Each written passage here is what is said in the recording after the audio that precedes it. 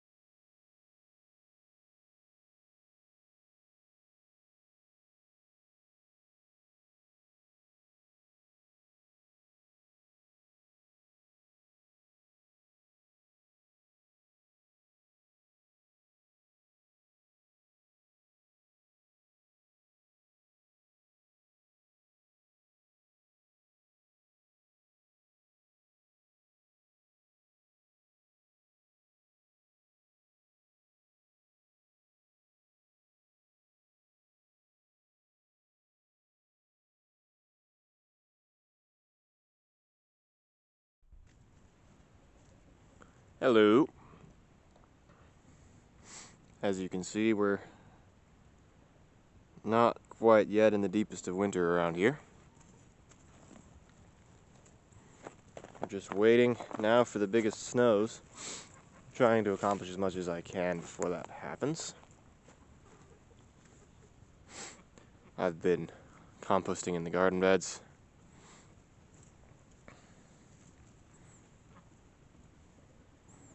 A lot of the stuff we grew did not come to harvest for a number of reasons, but among them I think our soil fertility was pretty low first year in hugelkultur, and it's largely subsoil. There's not very much topsoil around here, so it's all developing. So we need quite a bit of fertility, not to mention organic matter in the soil. So I don't mind. See all the turnips laying there, all the green. They got killed by a pretty hard freeze and a little early snow we had that's now gone, while Eric and I were on our honeymoon, which was quite nice. So I'm not particularly torn up about it. I knew not everything was going to come to harvest anyway, just because things were growing slow due to the aforementioned soil fertility issues. If we look over there, you'll see nothing. Pigs are gone. They're off the butcher. We'll see what Nick says about the meat quality. Should be cutting right now. See if it's any good. The birds are doing great. They've just started laying, a few of them. We have about 8 eggs in the box, last I checked. Still trying to figure out what our schedule is like, how many we're getting. Considering just leaving them to brood them, if they will, so that we can naturally reproduce the herd, the flock, as it were, over the winter, since they're not supposed to lay very much during the winter anyway. Could just let them do their thing. Get a few more chickens out of it. Over here you'll see a lot of progress has been made on the coop. I believe last you saw it, if I've even published that video, it was in pieces. The frame was raised, and then we went to Europe. See the end wall on the ground here, and this end wall in pieces because everything got rained on a little bit. That all needs a little bit of work. fact, I'm going to flip this over right now because I can see that it's drying in the wrong. It's bowing as it dries, so let me flip it over.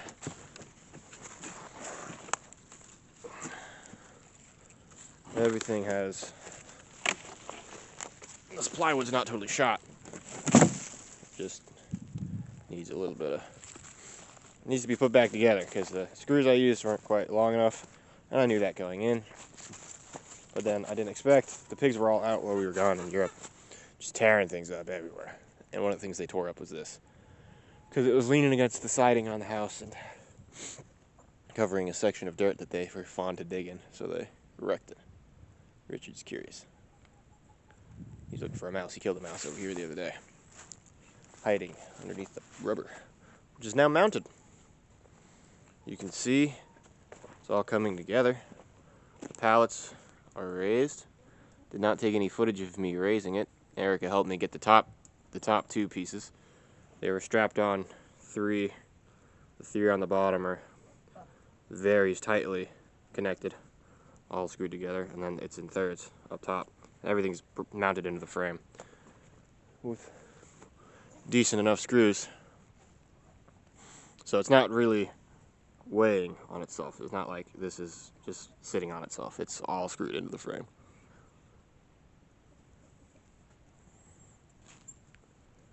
And it's looking pretty good. It handles weight very well. I mean, this is I originally attached everything all together for each half of the wall, and it was completely unmanageable. You couldn't move it at all. I mean, even the thirds were quite heavy. I think the average weight of a pallet is like 30, 45 pounds, so I did the math at one point, and the walls are like 600 pounds, so this thing's heavy.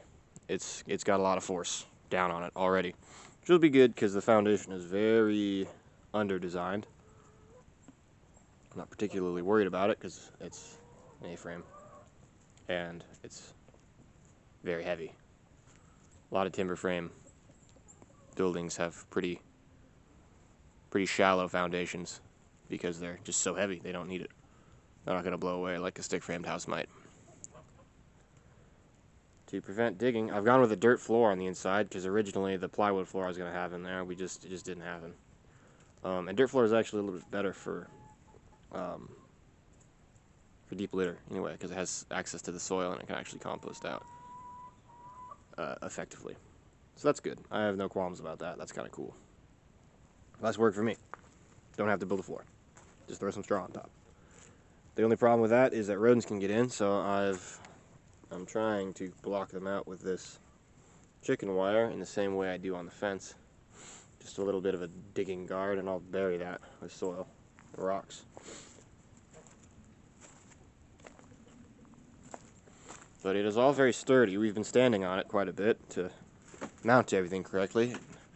We'll climb up on it. See the peak up here? Worked out pretty good. I was a bit worried that the lengths might not be right on the left side and the right side, and that it might not form a good peak, but they're pretty close. I mean, let's say it's off by like 4 or 5 inches. It's better than I thought we'd be. That's for sure. 5 inches doesn't matter. I mean, I'm just going to stretch some rubber over the top of it and then fold some tin over as a peak. So that's a good enough peak. I was worried we would be about a foot off in either direction, and that would have required some designing. So you can see I'm doing the pallets. I've attached the rubber.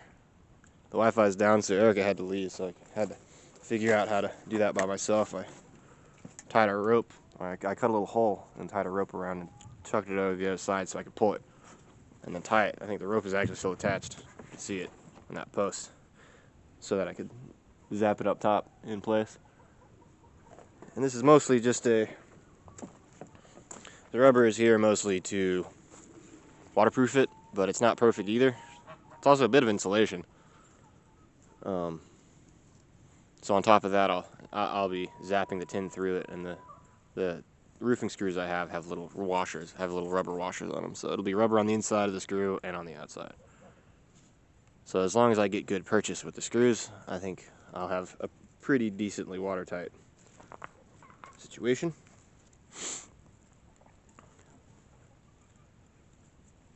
The end walls are a little rough. I mean, that one's in pieces, but I'm not sure how happy I am with them. So one of the things I'm doing on the fly to improve that situation, because as you can see, that's just open on the inside of the pallet. Originally the end walls were measured to go to the end, but they don't quite, because the actual frame triangles, they vary in how wide they are at the base. Just a little bit of the stochasticity you're working with. Well, I'm working with, because not every frame, it wasn't exactly my finest work putting all these frames together. Actually, it is my finest work, but it's my first work, so it's just, there's nothing to compare it to. We'll see if I do better in the future. Next step for me is there's going to be some rubber here that's going to stretch and attach to the front of the end wall to kind of seal up the.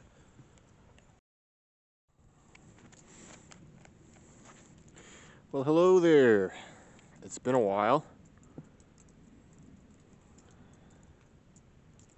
We don't know how much longer we're going to be at the farm, so I figured I'd show you a little footage of our winter wonderland.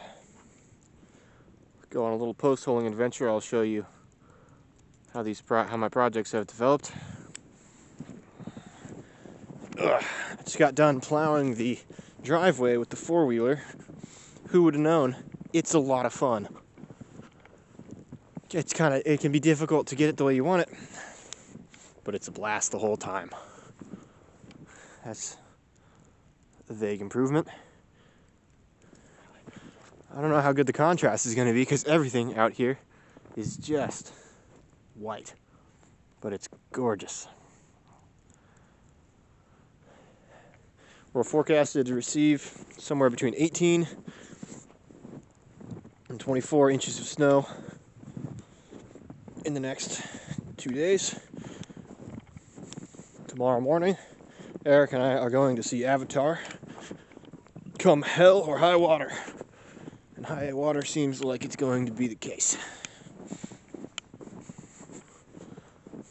You can see there's so much snow and it's so wet that it's even clinging to the chicken wire, making this fence just about completely opaque. I'll give you a little glimpse over the fence. The birds are doing their best. I've got their feed in a big bucket, more or less underneath that overhang, so they have access to it. A lot of them are just hanging out inside. Get plenty of water, though their water melter, I'm sure, is contributing to that. You can see here a nice little visual of how much snow we've gotten. That's the top. That's not including times when it probably slid off. Here you can see the fence has failed a little bit. It used to be strung up there and reaching over, but I couldn't get it to reach, so I had a flimsy little stretch of wire, stapled up to the tree like that. I don't know how well you can see that. Stapled up to hold this whole bad boy up. Well, that flimsy little stretch of wire was not ready to contain the weight of all the snow and the wire, but it's okay, because I don't think they're really going to be flying around very much in this weather. They're not particularly adventurous in this deep snow. Nice little shot of our landscape. Here are the garden beds that you're familiar with seeing. Mounted over, you can barely tell they're there.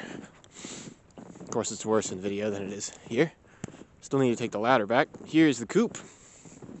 It's all finished. I don't know whether I'll upload this as a general update or a Coop 12. Maybe I'll do it as both. Look at that. Balanced on a one by one. A good 8 inches of snow at least. Coop is finished. It's a little, it's a little rickshaw sort of situation, but it's holding up to the snow load, which I'm happy about. That was the primary load it has to be concerned about. It's not really going to get a lot of wind shear or anything like that. You can see I've got these plywood end walls. I've got a little door that I can crawl into if I need to do something. The window is working out okay. It's not my finest craftsmanship, and it's certainly not particularly insulated very well. You can see there's gaps. I couldn't get one that was a triangle. I tried. And when you have the corrugated, you can't exactly just do whatever you want with it, because it all has different lengths and stuff like that, and the wiggles make it so you can't just take a square and cut it down the side and make it into a triangle. Or you can't really origami it the way that you would expect to. You can see all this roofing rubber that I've got. It's my protection underneath the tin. I don't know if you ever even saw the end walls on, or the side walls, but it's basically just pallets, rubber, and I designed a little rubber overhang to cover up the side of the pallet. That way it's a little secure. That way there's not things can't just crawl in through the pallet. And then the free tin that I got. I even designed a little overhang here with just a 1x3 that I had sitting around. Oh, you can see that. There we go. A little overhang with a 1x3. It goes about a foot or two back. Nailed in several places. So it's pretty solid. That is just lovely. When the wind blows, the trees dump all their load, and so then we get like big, heavy. There's one right there. It's like an avalanche. It's like tree avalanche. There's another one you can see better in the distance. Yep, it's all there and together. Yeah, I'll show you the interior just for fun. There's no birds in there. I've let them in. They have access, but they haven't got wise yet. I think probably because the snow is blocking their movement. I mean, when you're a chicken, you're only 18 inches tall. 18 inches of snow is pretty formidable. Put too much stress on those joints there on the hinges, so I'm just gonna slip in here. It's pretty big in here. See a door I have over there. That's how they get in when they want to. Lots of roosting bars. And I can access this, though it is uncomfortable to do. I'm probably going to make some nesting box situations. You can't see anything, can you? How do I turn the lightness up? Anyway, there's going to be some nesting boxes along the sides so that they don't poop on them. And then I'm going to have, I think, just egg crates or milk crates zapped to a rail, like a 2x4 or something. That way I can just grab them and pull them behind me through this door. Originally, oh, that's not going to be comfortable. Originally, so you could just crouch down here. Let me see my hand. Here, let me take my glove off. Originally, there you go. Now you can see me. So now you can just reach over here, grab onto the 2x4, pull it out, grab all the eggs, slip it back in, and that 2x4 will have a number of milk cartons zapped to the top of it that they'll nest in theory. That's the idea. We'll see if it happens. But as far as I'm concerned, it's finished. They're not even hanging out in here right now, so I'm not really worried about nesting boxes. Not particularly laying very much, so I'm not very worried about nesting boxes. This door is a little poorly made. It's not the finest craftsmanship. I think I could have put more into it. I just have these used hinges. I know they're not, don't come after me, I know they're not applied correctly. I know the hinge is supposed to be on the other side, or these are supposed to be interior. But normally I would have like a 2x4 back there, and it would be split down the middle, and it would be zapped into either end of it. Well, guess what? I don't have a table saw, so put a 2x4 in half lengthwise. Not exactly easy.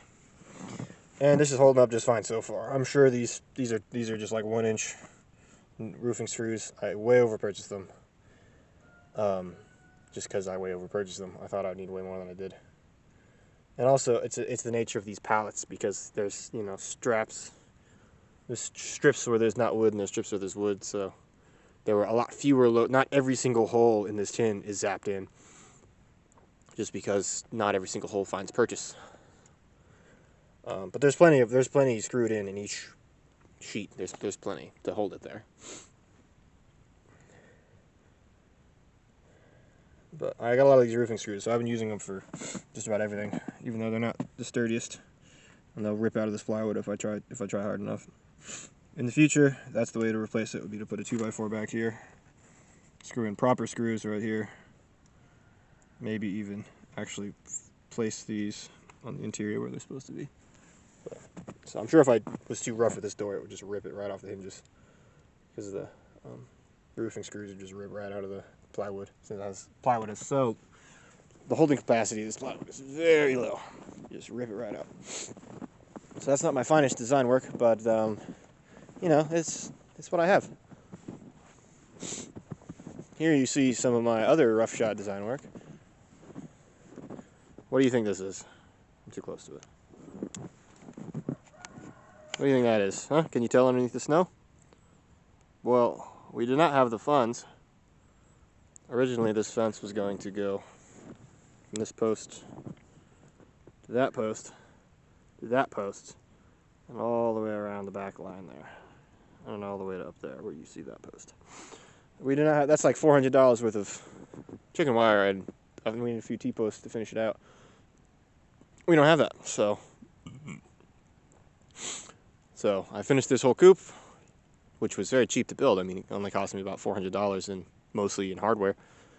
And even that, I overpurchased some items that I didn't end up needing that were pretty expensive, like these connecting plates you see. I was going to use those to connect all of the pallets together, and it just didn't end up being necessary. So the pallets are connected long ways, and they're stacked up on top of one another, and they're screwed into the frame.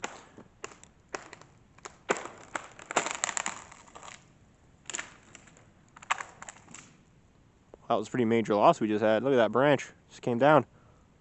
Glad I wasn't over there. I'm way overpurchased those connecting plates. And I way overpurchased the screws. The roofing screws. So even that, this whole thing only cost me about $400, even considering that. Which I think is, I'm fairly impressed with. I mean, it's quite the structure. It's about 12 by 10.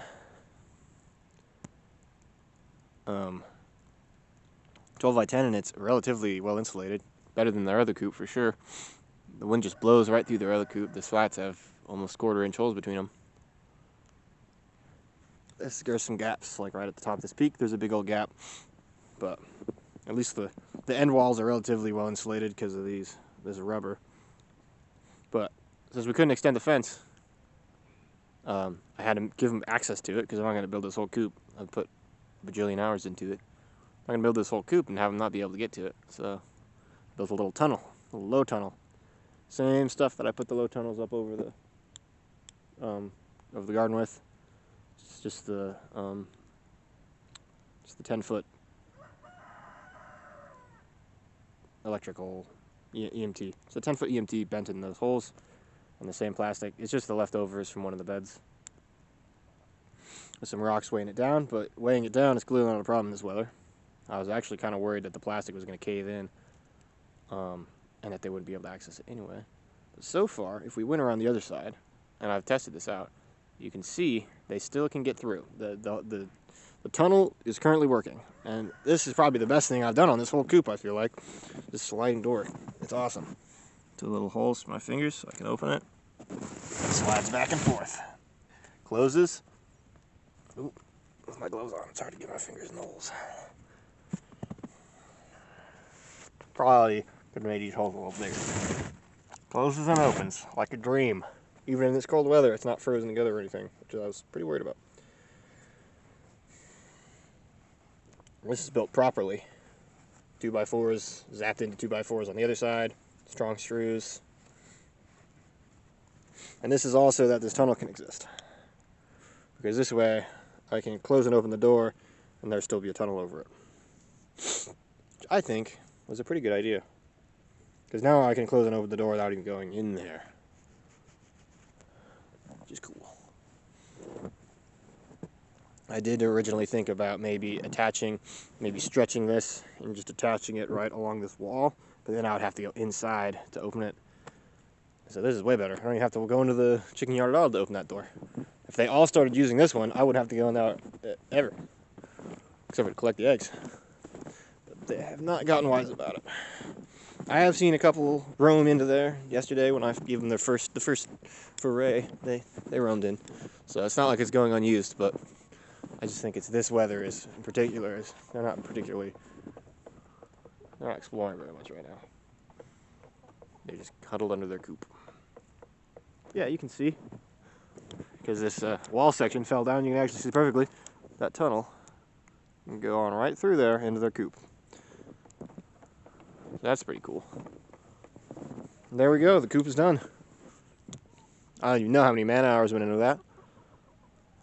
Roundwood timber framing and reclaimed materials. Interesting concept.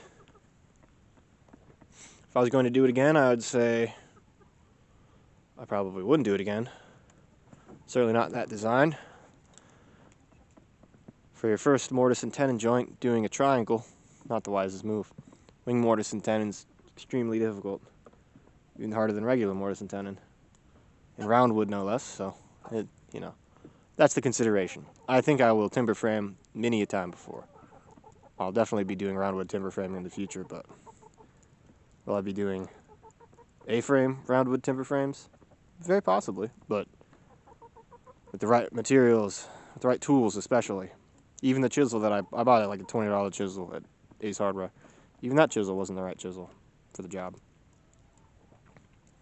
So, eventually someday I plan to have the big boy actual framing chisel designed to dig mortises. That will help dramatically, I hope. But for now, I think I'm taking a break from timber framing. Partially just because I think we're leaving the landscape, and in the future, I don't think we'll have access to a woodland and be building things for a while. I think we're going to be in an apartment. I have several applications in with the National Resources Conservation Services, advising landowners on soil conservation, which I think is a cool gig, and I'm very excited about it. Had my first interview about a week ago, and it went very well, I think. I don't know, to get a response from them. So, for a while, we're probably going to be living in an apartment. Maybe at some point we'll buy a house, but land is a ways away for us, and so this is probably my last foray into roundwood timber framing for a very long time.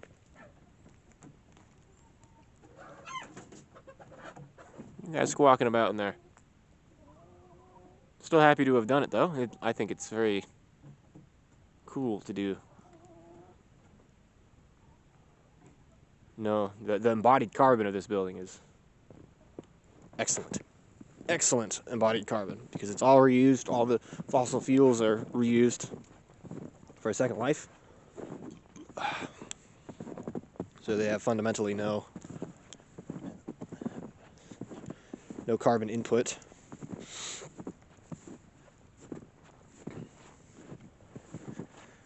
No transport for trees, no logging of trees. I cut them all down by hand. I guess the only carbon input was about a gallon of gasoline that I guzzled cutting the trees down. The rest I did most of the cutting and shaping and stuff by hand. So we're in pretty good shape there. Post holing up this hill. I don't think I could get the four-wheeler up and down it. I think it would be a disaster if I tried. See the lights on in the house.